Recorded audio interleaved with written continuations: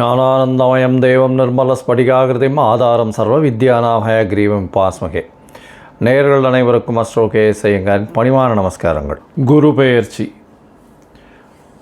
வருட கிரகமான குரு ஒரு ராசியிலிருந்து அடுத்த ராசிக்கு செல்வதற்கு ஒரு வருடம் சுமாராக ஆறுது.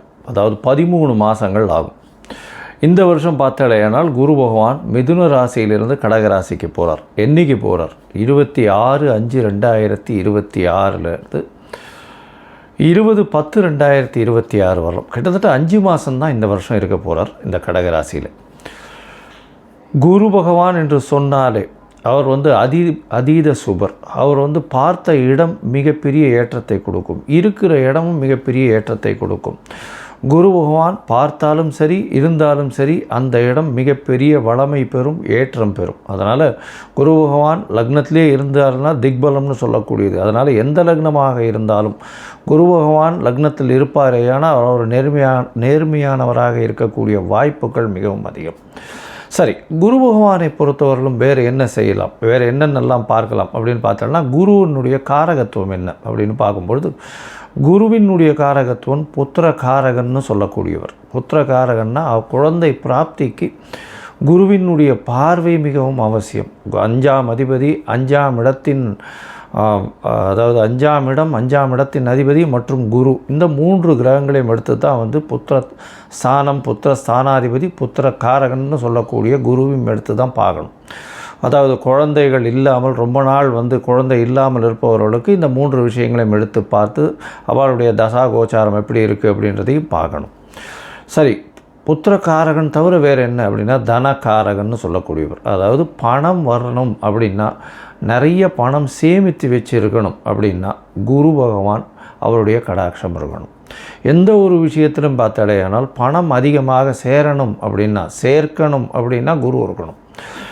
செலவு பண்ணணும், சந்தோஷமாக இருக்கணும், அனுபவிக்கணும்னா சுக்கிரன் நல்லபடியாக இருக்கணும். அப்படி இருந்தால் தான் உங்களுக்கு அந்த பணத்தை அதீதமாக செலவு பண்ணுவோம். அதனால தான் பார்த்தேன்னா ஒருத்தர் பணத்தை நிறைய சேர்ப்பார், அவருடைய அடுத்த ஜென்ரேஷனில் பணத்தை அதிகமாக செலவு பண்ணுவார். ஏன்னா அவருக்கு குரு ரொம்ப ஸ்ட்ராங்காக இருக்கும், இவருக்கு சுக்கிரன் ஸ்ட்ராங்காக இருக்கும். அதனால் எல்லா விதமான உலக இயல் வாழ்க்கைகளில் இருக்கக்கூடிய எல்லா விதமான இன்பங்களையும் அவர் சந்தோஷமாக ஏற்று பண்ணுவார். அதாவது சுக்கிரன் அதிகமாக ரொம்ப ஸ்ட்ராங்காக இருந்தால்தான்.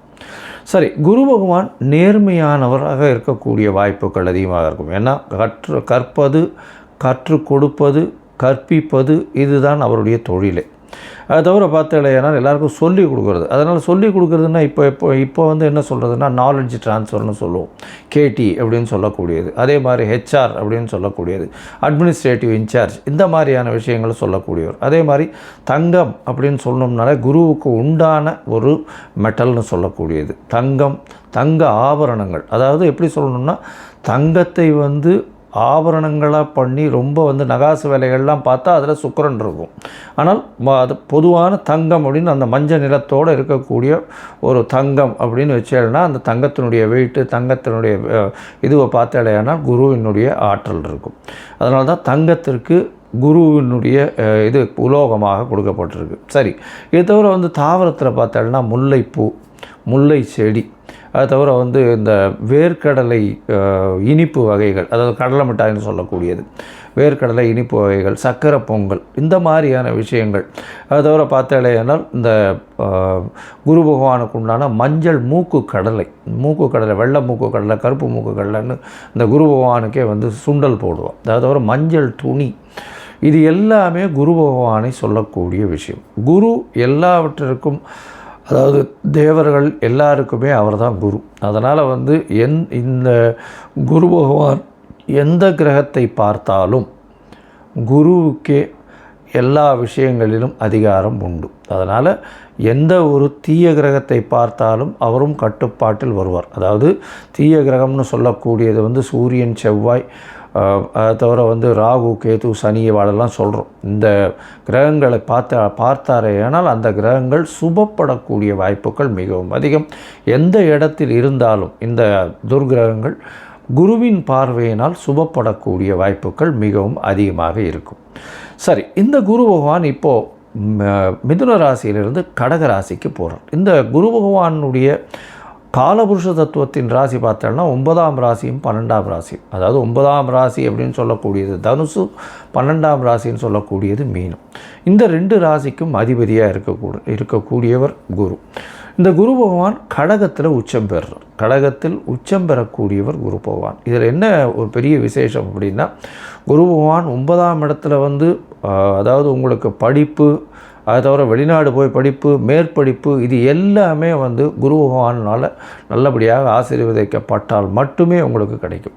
அதே மாதிரி 12ஆம் இடத்தினுடைய அதிபதினு சொல்லக்கூடியவர் காலபுருஷ தத்துவத்தின் பிரகாரம். அதன் மூலியமாக பார்த்தீங்கன்னா குரு பகவான் சுப செலவுகளை கொடுப்பார். அதாவது 12ஆம் இடம் செலவுகளை கொடுக்கறது, அதாவது அயன சயன போகஸ்தானம் விரயஸ்தானம்னு சொல்லக்கூடிய இடம். உங்களுக்கு சுப செலவுகள் கொடுக்கணும். அதாவது பணம் வந்தாலும் சுபமாக இருக்கணும். அதை தவிர வெளிநாட்டில் போய் உங்களுக்கு அங்கேயே இருந்து பிஆர், அதை தவிர பர்மனெண்ட் ரெசிடென்ட்ஷிப், அதை தவிர இந்த க்ரீன் கார்டு, இந்த மாதிரியான விஷயங்கள், H1B இதெல்லாம் வாங்கி அங்கேயே பர்மனெண்ட்டாக செட்டில் ஆகக்கூடிய பாக்கியத்தையும் உங்களுக்கு குரு பகவான் 12ஆம் இடத்துல இருந்தாலும் சரி, 8ஆம் இடத்திலிருந்து 12ஆம் இடத்தில் பார்த்தாலும் உங்களுக்கு அந்த வாய்ப்பினை நிச்சயமாக கொடுப்பார். சரி, இந்த குரு பகவான் இந்த ஒரு ராசிக்கும் என்ன பண்ணுறார் அப்படின்றத நம்ம பார்க்கலாம். அதற்கு முன்னாடி இந்த குரு பகவானை பொறுத்தவரையிலும் இன்னொரு பெரிய விசேஷமான விஷயம் என்ன அப்படின்னா, குரு பார்க்க கோடி நன்மைன்னு சொல்லுவோம். குரு பகவானுடைய பார்வைன்னு சொல்லக்கூடியது எந்த ராசியில் இருக்காரோ அந்த இடத்திலிருந்து 5ஆம் இடத்தையும் 7ஆம் இடத்தையும் 9ஆம் இடத்தையும் பார்க்குறார். 7ஆம் இடம்ன்றது 180 டிகிரியில் எல்லா கிரகங்களும் தன்னுடைய 180வது டிகிரியை பார்க்கக்கூடியது 7ஆம் இடம். அதில் எந்த ஒரு விஷயம் இல்லை. இப்போ விசேஷ பார்வைகள்னு சொல்லக்கூடியது செவ்வாய், சனி மற்றும் குரு, இந்த 3 கிரகங்களுக்கு இருக்குது அப்படின்னு சொல்கிறோம். அதை தவிர பார்த்தோம்னா ராகு கேத்துக்கு 3-11 இருக்குது, 3ஆம் இடமும் 11ஆம் இடமும் பார்க்கக்கூடியது இருக்குது அப்படின்னு சில கிரந்தங்கள் சொல்கிறது.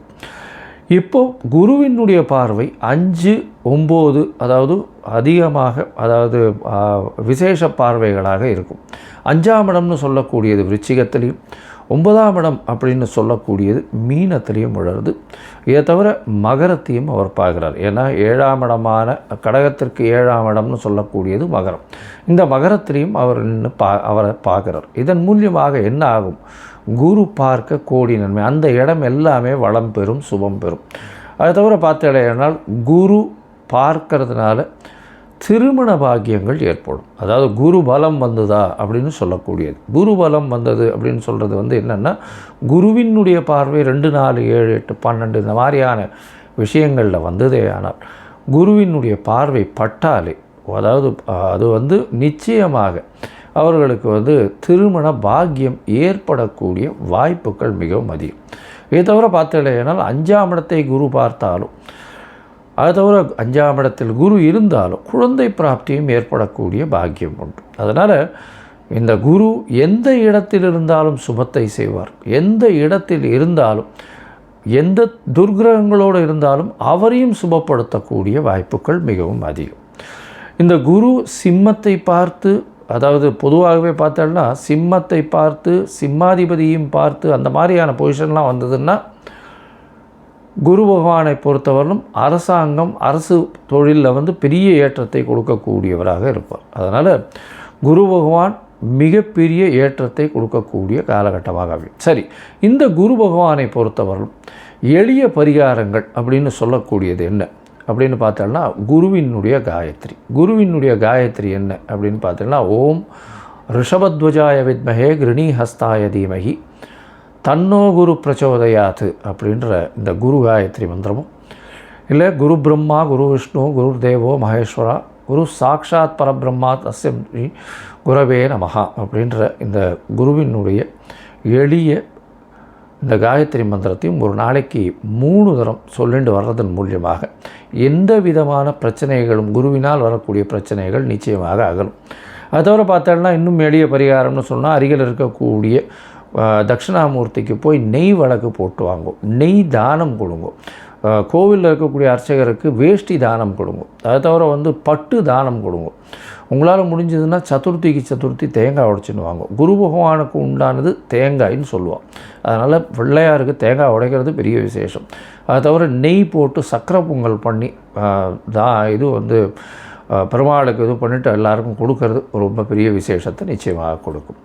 சரி, இப்போது ஒரு ராசியாக மேஷம் முதல் மீனம் வரை இந்த குரு பெயர்ச்சி என்ன மாதிரியான மாற்றங்களை கொடுக்கும் அப்படின்றத பார்க்கலாம். அதற்கு முன்னாடி என்னுடைய மொபைல் நம்பர் ஸ்க்ராலிங்கில் போயின்னு இருக்கும். உங்களுக்கு அஸ்ட்ராலாஜிக்கல் கன்சல்ட் தேவைப்படுமே ஆனால் நீங்கள் எனக்கு ஃபோன் பண்ணுங்க. என்னுடைய கட்டணம் என்னன்னு சொல்கிறேன். உங்களுடைய தேதி, பிறந்த தேதி, நேரம், பிறந்த மாதம், வருஷம், அது தவிர உங்களுடைய நீங்கள் பிறந்த இடம், உங்களுடைய பெயர், தாய் தகப்பனார் பெயர், இதுவரையும் நீங்கள் அனுப்பி வைங்க. இதை அனுப்பிச்சி வச்சோடனே உங்களுடைய ஜாதகத்தை போட்டுவிட்டு அதுக்கப்புறம் உங்களுக்கு அப்பாயின்மெண்ட்டு கொடுத்து உங்களுக்குன்னு டைம் ஒதுக்கி நான் உங்களுடைய பிரச்சனைகள் என்னன்றதை இது பண்ணி உங்களுடைய தசாபுக்திகள் இப்போ இருக்கக்கூடிய கோச்சாரங்கள் எப்படி இருக்குன்றதை வலுவாக இருக்கான்றதை பார்த்து உங்களுடைய பிரச்சனைகள் எந்த அளவுக்கு சுமூகமாக தீரும்ன்றது சொல்கிறேன். ஏன்னா இப்போ ராசி சந்தி, லக்ன சந்தி இதெல்லாம் ரொம்ப அதிகமாக இருக்குது. 50 வயசில் இருப்பா, அவளுக்கு ரிஷபராசியாக மிதுன ராசியானே தெரியாது. மிருகசீர நட்சத்திரம்னு சொல்லிட்டு இருப்பா, 2வது பாதம் 3வது பாதம் மாற்றி மாற்றி சொல்லிட்டு இருப்பா. அதே மாதிரி விசாகம் சொல்லிட்டு இருப்பா.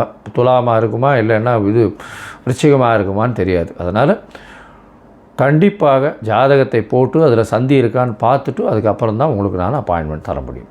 சரி, இப்போ மேஷம் முதல் மீனம் வரை குரு பெயர்ச்சி பலன்கள் எப்படி இருக்குன்னு பார்க்கலாம். ரிஷபம், கிருத்திகை, ரோகிணி, மிருகசீரிஷம் இந்த 3 நட்சத்திரம் 9 பாதங்களை கொண்ட ராசி. ராசியின் அதிபதி அப்படின்னு சொல்லக்கூடியவர் சுக்கிரன்.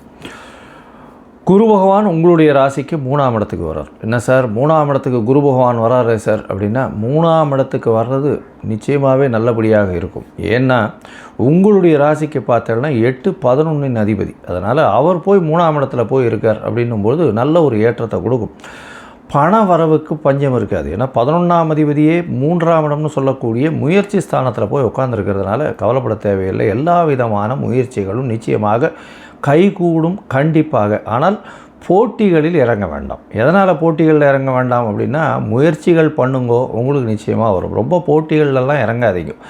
ஏன்னா 3ஆம் இடம் அப்படின்னு சொல்லக்கூடியது முயற்சி ஸ்தானம். முயற்சி ஸ்தானத்தில் உங்களுடைய முயற்சியில் சுபர் இருக்கிறதுனால நல்ல ஒரு ஏற்றம் கிடைக்கும். அதுவும் 8ஆம் அதிபதி 3ஆம் இடத்துல இருக்கார். அதனால் வெளிநாடு போகக்கூடிய யோகத்தை கண்டிப்பாக கொடுக்கக்கூடிய காலகட்டமாக இருக்கும்.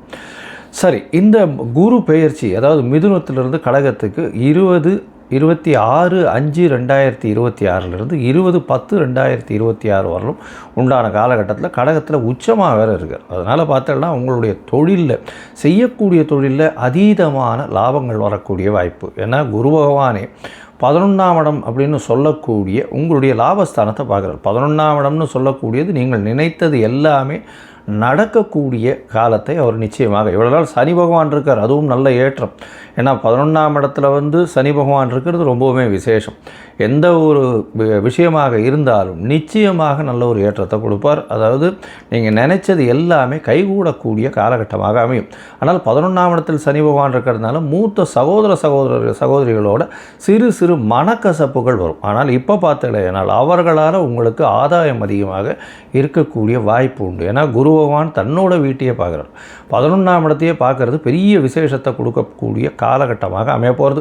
அதுவும் பார்த்தீங்கன்னா இந்த டைரக்டர்ஸு, ஆர்ட் டைரக்டர்ஸு, அதை தவிர ஃபிலிம், இந்த சின்னத்திரை பெரிய திரை இந்த இதில் இருக்கிறவா, கேமராமேன், இவாளுக்கெல்லாம் பெரிய ஏற்றம் கிடைக்கக்கூடிய வாய்ப்புகள் இந்த காலகட்டத்தில் நிச்சயமாக இருக்கும். ஒரு பெரிய புகழ், அந்தஸ்து, கௌரவம்லாம் வரக்கூடிய வாய்ப்புகள் உண்டு. ஐடி ஃபீல்டில் இருக்கிறவாளுக்கு பெரிய ஏற்றம் கிடைக்கக்கூடிய வாய்ப்புகள் உண்டு.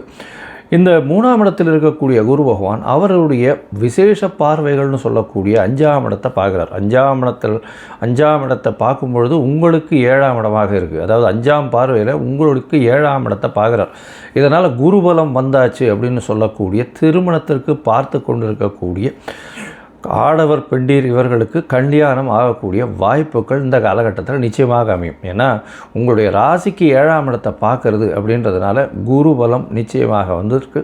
இதன் மூலியமாக பார்த்தலையானால் நிச்சயமாக உங்களுக்கு திருமணம் எவ்வளோ நாளாக பார்த்துருந்து தட்டின்னு போயிட்டே இருந்ததெல்லாம் நிச்சயமாக திருமண பாக்கியம் ஏற்படக்கூடிய காலகட்டமாக அமையிறது.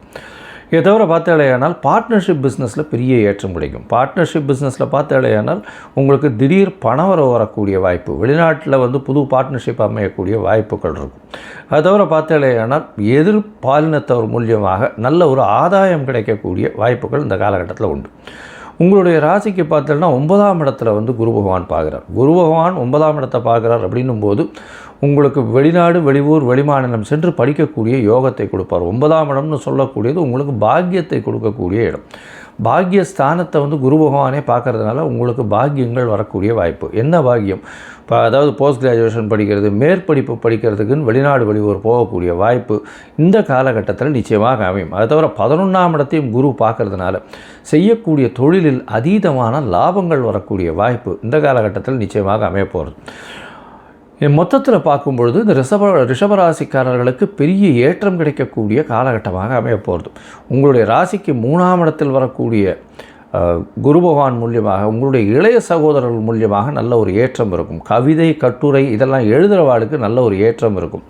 ஏன்னா அதாவது ஃப்ரண்ட் ஸ்க்ரீனுக்கு வராமல் பிஹைண்ட் த ஸ்க்ரீனில் பண்ணக்கூடிய வேலைகளில், அதாவது டைரக்டர்ஸு, அது தவிர ஆர்ட் டைரக்டர்ஸு, கேமராமேன், அதுக்கப்புறம் வந்து எழுத்து பணியில் இருக்கிறவங்க, இவங்களுக்கெல்லாம் பார்த்திங்கன்னா திடீர் யோகங்கள் வரக்கூடிய வாய்ப்புகள் நிச்சயமாக உண்டு. அதை தவிர பார்த்தாலேனால் உங்களுடைய ராசிக்கு 3ஆம் இடம்னு சொல்லக்கூடியது முயற்சி ஸ்தானம்.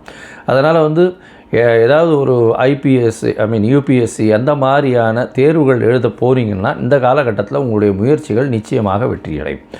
உங்களுடைய ராசிக்கு 7ஆம் இடத்தை குரு பார்க்குறதுனால, குரு பகவானின் பார்வை இருக்கிறதுனால 7ஆம் இடம் வலுத்து போகிறது. குரு பலம் வந்தாச்சு. அதனால் வந்து குரு பலன் நிச்சயமாக கிடைக்கக்கூடிய வாய்ப்புகள் உண்டு. இந்த காலகட்டத்தில் திருமண பாக்கியம் ஏற்படும். இவ்வளவு நாளாக திருமணத்துக்கு பார்த்து கொண்டிருந்தவர்களுக்கு இப்பொழுது தட்டி போயிட்டே இருந்தது. இப்போ திருமணம் கண்டிப்பாக கைகூடக்கூடிய வாய்ப்புகள் இந்த மே மாதத்து எண்டு 26/5 அமையக்கூடிய வாய்ப்புகள் நிச்சயமாக உண்டு. உங்களுடைய ராசிக்கு 9ஆம் இடத்தை குரு பார்க்கறதுனால தந்தையின் உடல்நிலையில் நல்ல ஒரு ஏற்றம் இருக்கும். தந்தையினுடைய சொத்துக்கள் வந்து சேரக்கூடிய வாய்ப்பு உண்டு. தந்தையின் மூலியமாக வரக்கூடிய பணங்கள் நிச்சயமாக வரக்கூடிய வாய்ப்புகள் உண்டு. மேல்நாடு போய் படிக்கக்கூடிய வாய்ப்பு, வெளியூர், வெளிமாநிலம், வெளிநாடு சென்று படிக்கக்கூடிய வாய்ப்புகள் இந்த காலகட்டத்தில் வந்தே தீரும். உங்களுடைய ராசிக்கு 11ஆம் இடத்தை குரு பார்க்குறார். அதனால் அதீதமான லாபங்கள் வரும். மூத்த சகோதர சகோதரிகளோடு நல்ல ஒரு ஏற்றம் கிடைக்கக்கூடிய வாய்ப்புகள் உண்டு. செய்யக்கூடிய தொழிலில் பெரிய ஏற்றம் கிடைக்கக்கூடிய காலகட்டமாக அமைய போகிறது.